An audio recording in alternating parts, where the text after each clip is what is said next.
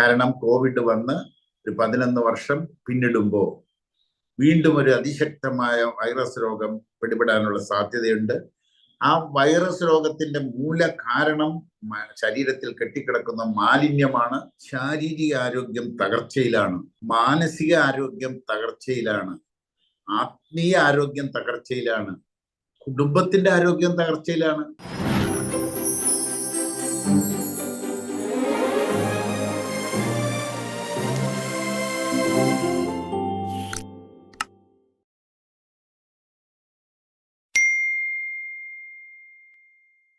മാത്രം പ്രാധാന്യമുണ്ട് എന്ന് നമ്മൾ അറിഞ്ഞിരിക്കണം.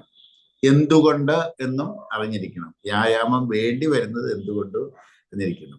ഒന്നാമതായി അറിയേണ്ട ഒരു കാര്യം, ആരോഗ്യം എന്ന് പറയുന്നത് ശരീരത്തിന്റെയും മനസ്സിന്റെയും ആരോഗ്യമാണ്. അപ്പൊ നമുക്ക് ആരോഗ്യം വേണം എന്ന് ആഗ്രഹിക്കുന്നുവെങ്കിൽ ശരീരത്തിന്റെ ആരോഗ്യവും വേണം, മനസ്സിന്റെ ആരോഗ്യവും വേണം.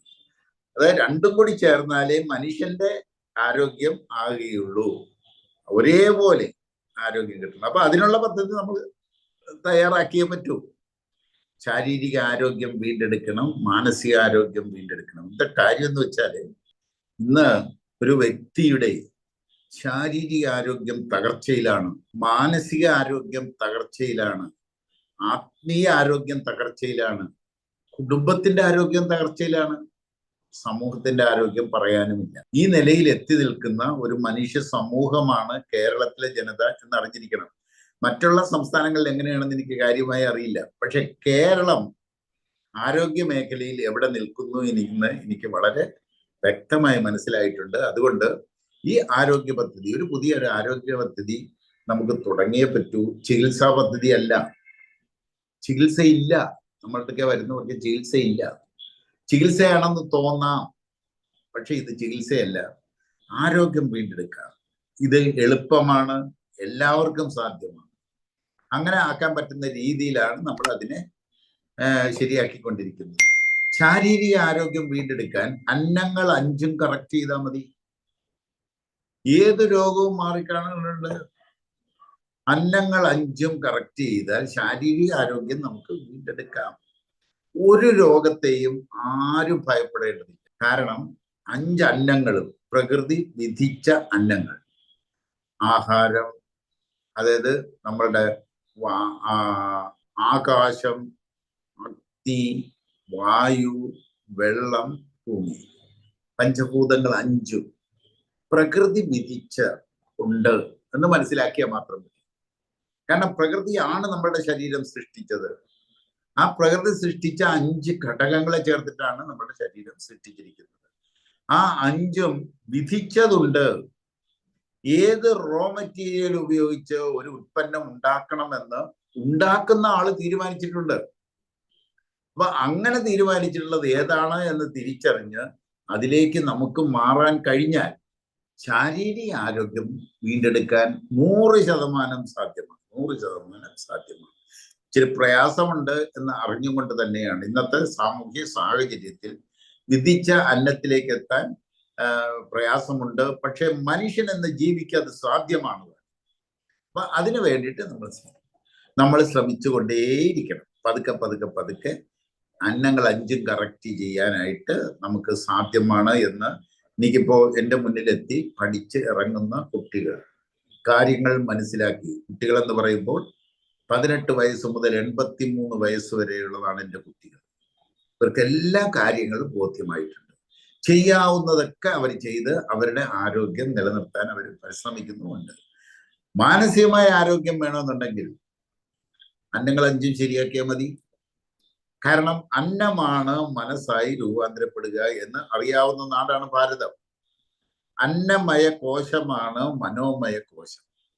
അപ്പൊ മനസ്സ് നന്നാകണം എങ്കിൽ അന്നം നന്നായാൽ മതി. മനസ്സ് നന്നായി അന്നം നന്നായി. അന്നം നന്നാകണമെന്നുണ്ടെങ്കിൽ അന്നം വിധിച്ചതാകണം, കൃഷി ശരിയാകണം. അതുകൊണ്ടാണ് ഈ കൃഷിയുടെ കാര്യത്തിൽ ഇവരെല്ലാം ഇത്ര ഇൻട്രസ്റ്റഡ് ആയിട്ട് വരാൻ കാര്യം. ഏതായാലും നമ്മൾ ഒരു കൃഷിയും അതിന് പാരലായിട്ട് ഡെവലപ്പ് ചെയ്ത് കൊണ്ടുവരുന്നുണ്ട്.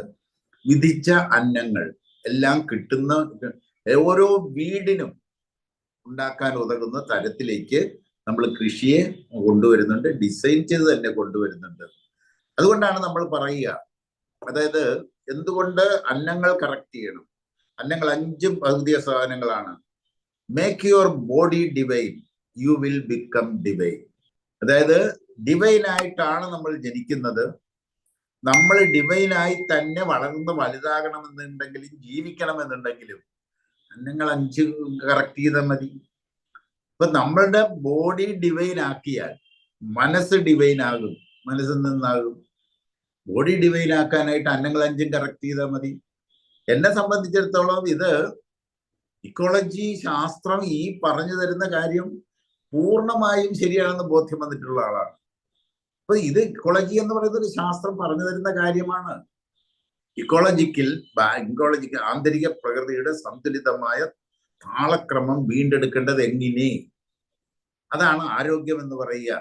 അത് നമുക്ക് വളരെ വ്യക്തമായി ബോധ്യപ്പെട്ട കാര്യമാണ്. ഇനി വേണ്ടത് ഇതെങ്ങനെ ഇംപ്ലിമെന്റ് ചെയ്യാം, എങ്ങനെ പ്രചരിപ്പിക്കാം, സാധാരണ മനുഷ്യന് അഫോർഡബിൾ ആയ രീതിയിൽ ഇങ്ങനെ പ്രൊഡക്റ്റുകൾ, അതായത് ഓർഗാനിക് പ്രൊഡക്റ്റുകൾ, ന്യൂട്രീഷണലി റിച്ച് ആയിട്ടുള്ള പ്രൊഡക്റ്റുകൾ എത്തിക്കാമെന്നത് മാത്രമാണ്.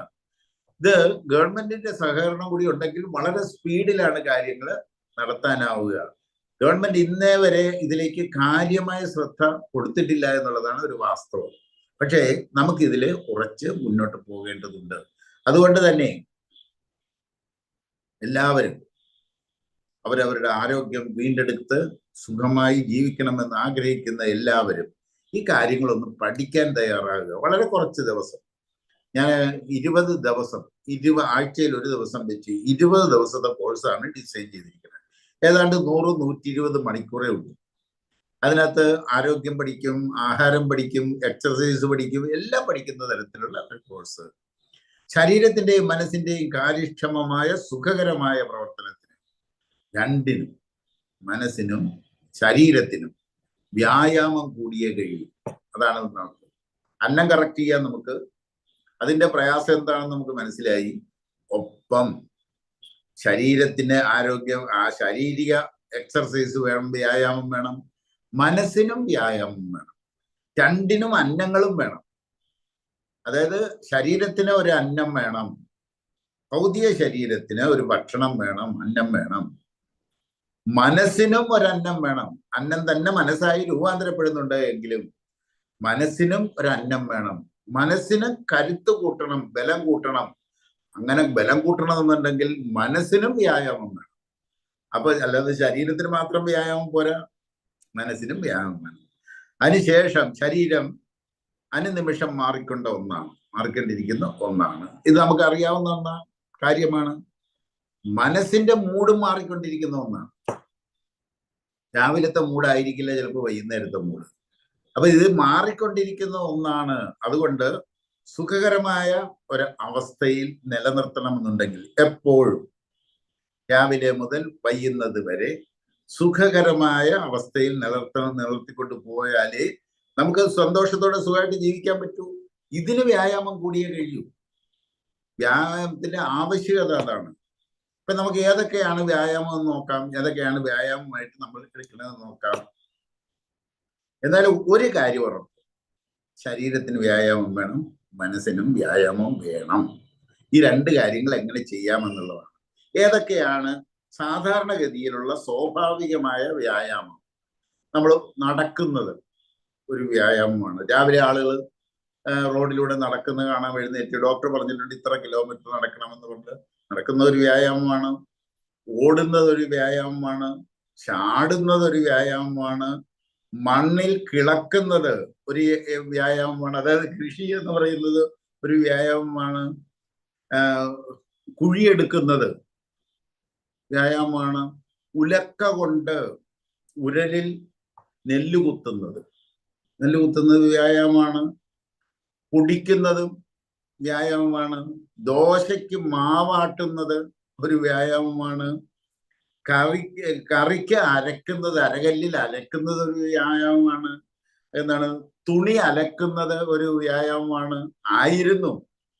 ഒരു വ്യായാമം തന്നെയാണ്. തുണി അലക്കുന്നത് ഒരു വ്യായാമമാണ്. മുറ്റമടിക്കുന്നത്, കുനിഞ്ഞു നിന്ന് മുറ്റമടിക്കുന്നത് വ്യായാമമാണ്. തിണ്ണ തുടയ്ക്കുന്നത് വ്യായാമമാണ്. ഇതെല്ലാം നിത്യജീവിതത്തിലെ ശാരീരിക വ്യായാമങ്ങളാണ്, ആയിരുന്നു. ഇന്നോ ഇതിലേതെങ്കിലും ചെയ്യുന്നുണ്ടോ? ഒരു കാര്യം ചെയ്യുന്നുണ്ട്. അതായത് നടക്കാൻ ഡോക്ടർ പറഞ്ഞത് കൊണ്ട് നടക്കുന്നുണ്ട്. കളിക്കാൻ ചിലർക്കൊക്കെ പോകുന്നുണ്ടാവും. പക്ഷെ ഇതൊന്നും തന്നെ നിത്യജീവിതത്തിന്റെ ഭാഗമല്ലാതെ അലക്കുന്നതും തിണ്ണ തുറക്കുന്നതും തുണി അലക്കുന്നതും അരക്കുന്നതും ആട്ടുന്നതും കുത്തുന്നതും ഉലക്ക ഉപയോഗിച്ച് കുത്തുന്നതും ഇതൊന്നുമില്ല. ഉരലില്ല, ഉലക്കയില്ല, ആട്ടുകല്ലില്ല, ആട്ടില്ല, മാവാട്ടുന്ന പ്രശ്നമില്ല.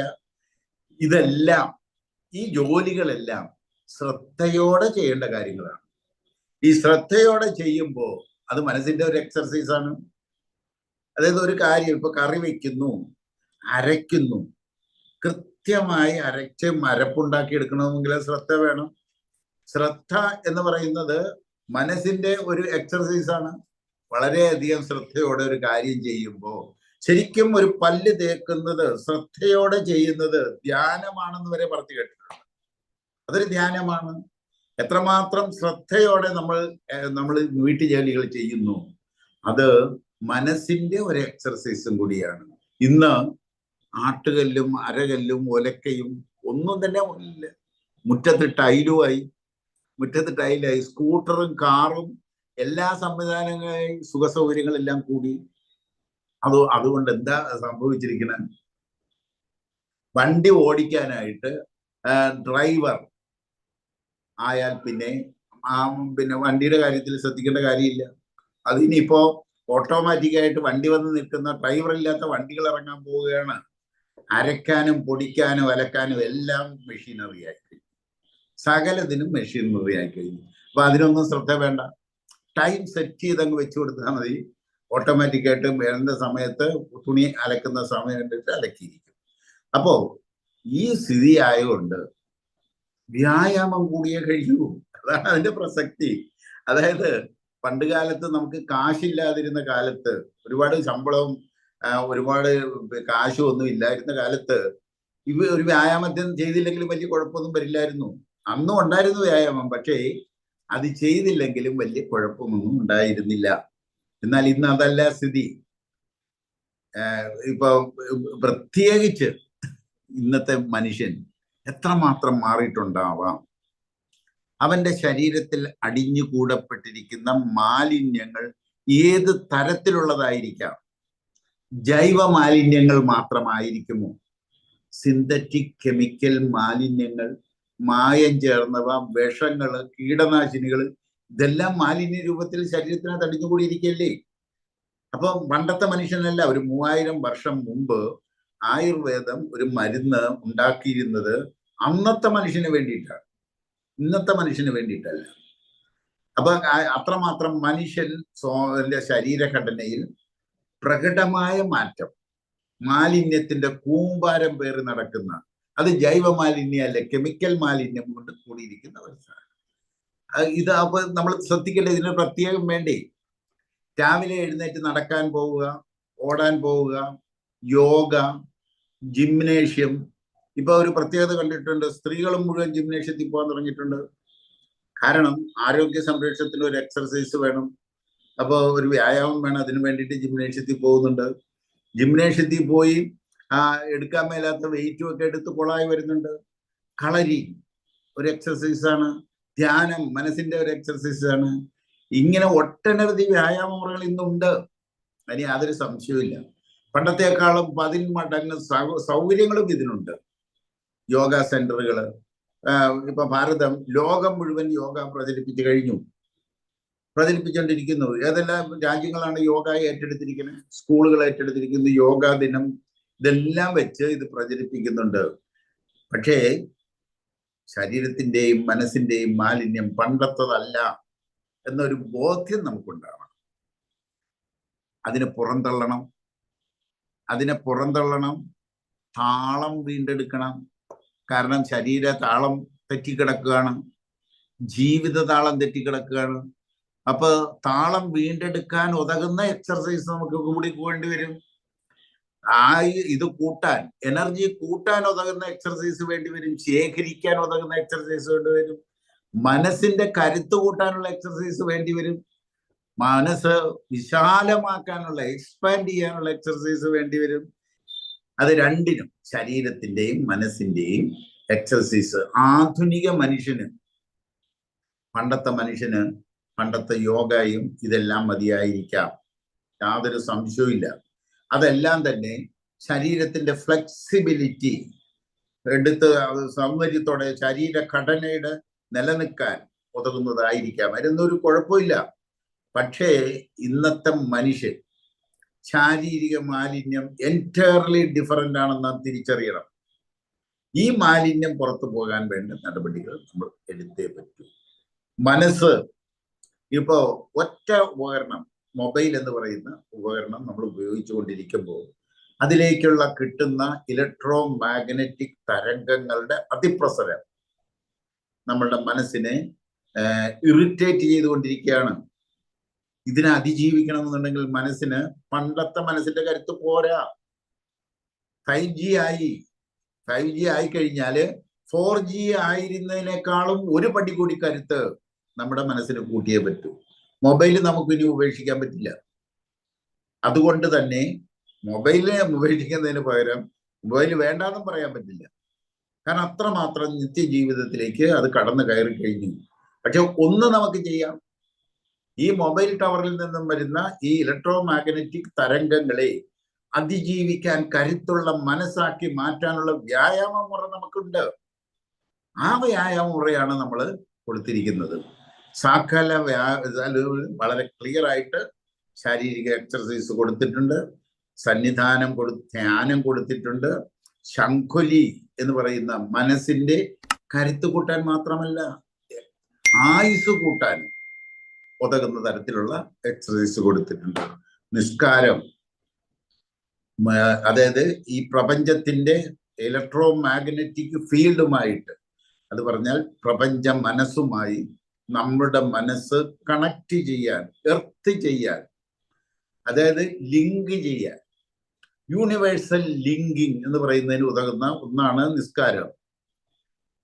അതിനുതകുന്ന ഒരു എക്സർസൈസ് ആണ് നമ്മൾ ചെയ്തിരിക്കുന്നത്. ഇതെല്ലാവരും നമുക്ക് ചെയ്യാനായിട്ടുള്ള ഒരു ശ്രമം നടത്തുക.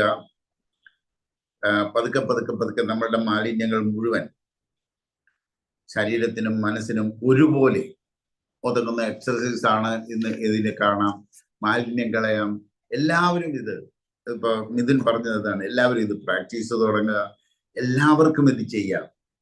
വേണ്ടി വന്നാൽ കിടപ്പ് രോഗികളാണെങ്കിൽ പോലും ശംഖുലി ചെയ്യാം. ശംഖുലി എന്ന് പറയുന്ന ഒരു എക്സർസൈസ് പഠിപ്പിച്ചിട്ടുണ്ട്, അതിൽ കൊടുത്തിട്ടുണ്ട്. യൂട്യൂബില് KV ദയാൽ എക്സർസൈസ് എന്നും KV ദയാൽ സന്നിധാന ധ്യാനം എന്നും അടിച്ചാൽ ആർക്കും കിട്ടുന്ന രീതിയിലാണ് ഈ ചാനലിൽ നമ്മൾ കൊടുത്തിരിക്കുന്നത്. അതെടുത്തിട്ട് പതുക്കെ പഠിച്ചു തുടങ്ങുക. ഇനി ഒന്ന് രോഗി കിടന്നുപോയി എന്നിരിക്കട്ടെ, അത് ശാരീരികമായ എക്സർസൈസ് ഒന്നും തന്നെ ചെയ്യാൻ പറ്റില്ല, പക്ഷെ കിടന്നുകൊണ്ടും ശംഖുലി ചെയ്യാമെന്നുള്ളതാണ്. ശംഖുലി ചെയ്ത് മനസ്സിന്റെ കരുത്ത് കൂട്ടി, ബലം കൂട്ടി എടുത്താൽ ആ മനസ്സിന്, ശക്തി കൂട്ടിയ, കരുത്ത് കൂട്ടിയ മനസ്സിന് ശരീരത്തെ റിപ്പയർ ചെയ്ത് തുടങ്ങാൻ പറ്റും. പതുക്കെ പതുക്കെ ശരീരത്തിന് വേണ്ട സാധനങ്ങളും കൊണ്ട് കൊടുത്ത് ഈവൻ കിടപ്പ് രോഗികൾക്ക് പോലും ചെയ്യാൻ ഉതകുന്ന തരത്തിലുള്ള ഒരു ശാരീരിക മാനസിക എക്സർസൈസ്, വ്യായാമം നമ്മൾ രൂപപ്പെടുത്തി ചിട്ടപ്പെടുത്തി എടുത്തിട്ടുണ്ട്. അതിന് താളമുണ്ട്. മറ്റുള്ള എക്സർസൈസുകളിൽ നിന്നും, വ്യായാമ മുറകളിൽ നിന്നും ഇതിന്റെ വ്യത്യാസം എന്താണെന്ന് പറഞ്ഞാൽ അതിനൊരു താളമുണ്ട്. പ്രപഞ്ച താളവും ശരീര താളവും തമ്മിൽ ചേർക്കാൻ ഉതകുന്ന ഒരു താളം അതിനുണ്ട്. എക്സർസൈസ്, സാധാരണ എക്സർസൈസിന്റെ അഡ്വാൻറ്റേജ് ഫ്ലെക്സിബിലിറ്റി അതിനകത്തുണ്ട്, ബോഡിയുടെ ഷേപ്പ് നിലനിർത്താൻ ഉതകുന്നുണ്ട്, എനർജി സൃഷ്ടിച്ചെടുത്താൻ, കരുത്തു കൂട്ടാനുള്ള എക്സർസൈസ് ആണത്. മനസ്സിന്റെയും ശരീരത്തിന്റെയും മാലിന്യം പുറന്തള്ളാൻ ഉതകുന്ന ഒരു എക്സർസൈസും കൂടിയാണത്. അപ്പൊ അതുകൊണ്ട് എല്ലാവരും പതുക്കെ പതുക്കെ പതുക്കെ ഇതിലേക്ക് വരണം എന്നാണ് നമുക്ക് പറയാനുള്ളത്. കാരണം ശരീരത്തിന്റെ മാലിന്യം പുറന്തള്ളാതെ മനസ്സിന്റെ മാലിന്യം പുറന്തള്ളാതെ ഏതെങ്കിലും ഒരു രോഗം വേരോടെ പിഴുതു കളയാമെന്ന് ആരും കരുതണ്ട. അത് തന്നെയുമല്ല, സമീപ ഭാവിയിൽ നമ്മൾ അതിശക്തമായ ഒരു വൈറസ് അറ്റാക്കിനെ നമ്മൾ പ്രതീക്ഷിക്കണം. കാരണം കോവിഡ് വന്ന് ഒരു 11 വർഷം പിന്നിടുമ്പോൾ വീണ്ടും ഒരു അതിശക്തമായ വൈറസ് രോഗം പിടിപെടാനുള്ള സാധ്യതയുണ്ട്. ആ വൈറസ് രോഗത്തിന്റെ മൂല കാരണം ശരീരത്തിൽ കെട്ടിക്കിടക്കുന്ന മാലിന്യമാണ്. മാലിന്യ നിർമ്മാർജ്ജനത്തിനാണ് അവർ വരുന്നത്. ഏതാണ്ട് നമ്മളുടെ പ്രതീക്ഷ 2027, 28 കാലഘട്ടങ്ങളിൽ കോവിഡിനേക്കാളും അതിമാരകമായ ഒരു വൈറൽ അറ്റാക്ക് വരാനുള്ള സാധ്യതയുണ്ട്. അതുകൊണ്ട് ഭക്ഷണം ക്രമീകരിക്കുന്നതിനോടൊപ്പം തന്നെ വ്യായാമ മുറകൾ ശീലിച്ച് നമ്മളുടെ ശരീരത്തെയും മനസ്സിനെയും ശുദ്ധി വരുത്തി നിർത്തുക. അതിന് ആർക്കും എതിർപ്പുണ്ടെന്ന് തോന്നുന്നില്ല. ശരീരം ശുദ്ധമാക്കിയാൽ മതി. ഇനി ആർക്കെങ്കിലും ഈ വ്യായാമം അല്ലാതെ വേറെ വ്യായാമ മുറയിലൂടെ ശരീരവും മനസ്സും ശുദ്ധമാക്കാനാകുമെങ്കിൽ, ശരീരത്തിന്റെ താളം വീണ്ടെടുക്കാൻ കഴിയുമെങ്കിൽ, എനർജി ചൈതന്യം കൂട്ടാൻ കഴിയുമെങ്കിൽ അത് മതി. നമ്മളുടെ ഇത് ഒരു പുതിയ രീതിയിലേക്ക്, അപ്രോച്ചിലേക്ക് എടുത്തിട്ടുണ്ട്. യോഗ ആരും നിർത്തണ്ട, നിലവിൽ ചെയ്തുകൊണ്ടിരിക്കുന്ന എക്സർസൈസ് ആരും നിർത്തണ്ട. അതിന്റെ സമയത്തിൽ നിന്ന് ഒരു ചെറിയ പങ്ക് ഈ എക്സർസൈസിന് നീക്കിവെക്കാൻ എല്ലാവരും ശ്രദ്ധിക്കണമെന്ന് പറഞ്ഞുകൊണ്ട് ഇന്നത്തെ ഈ സബ്ജക്റ്റ് ഞാനിവിടെ നിർത്തുകയാണ്.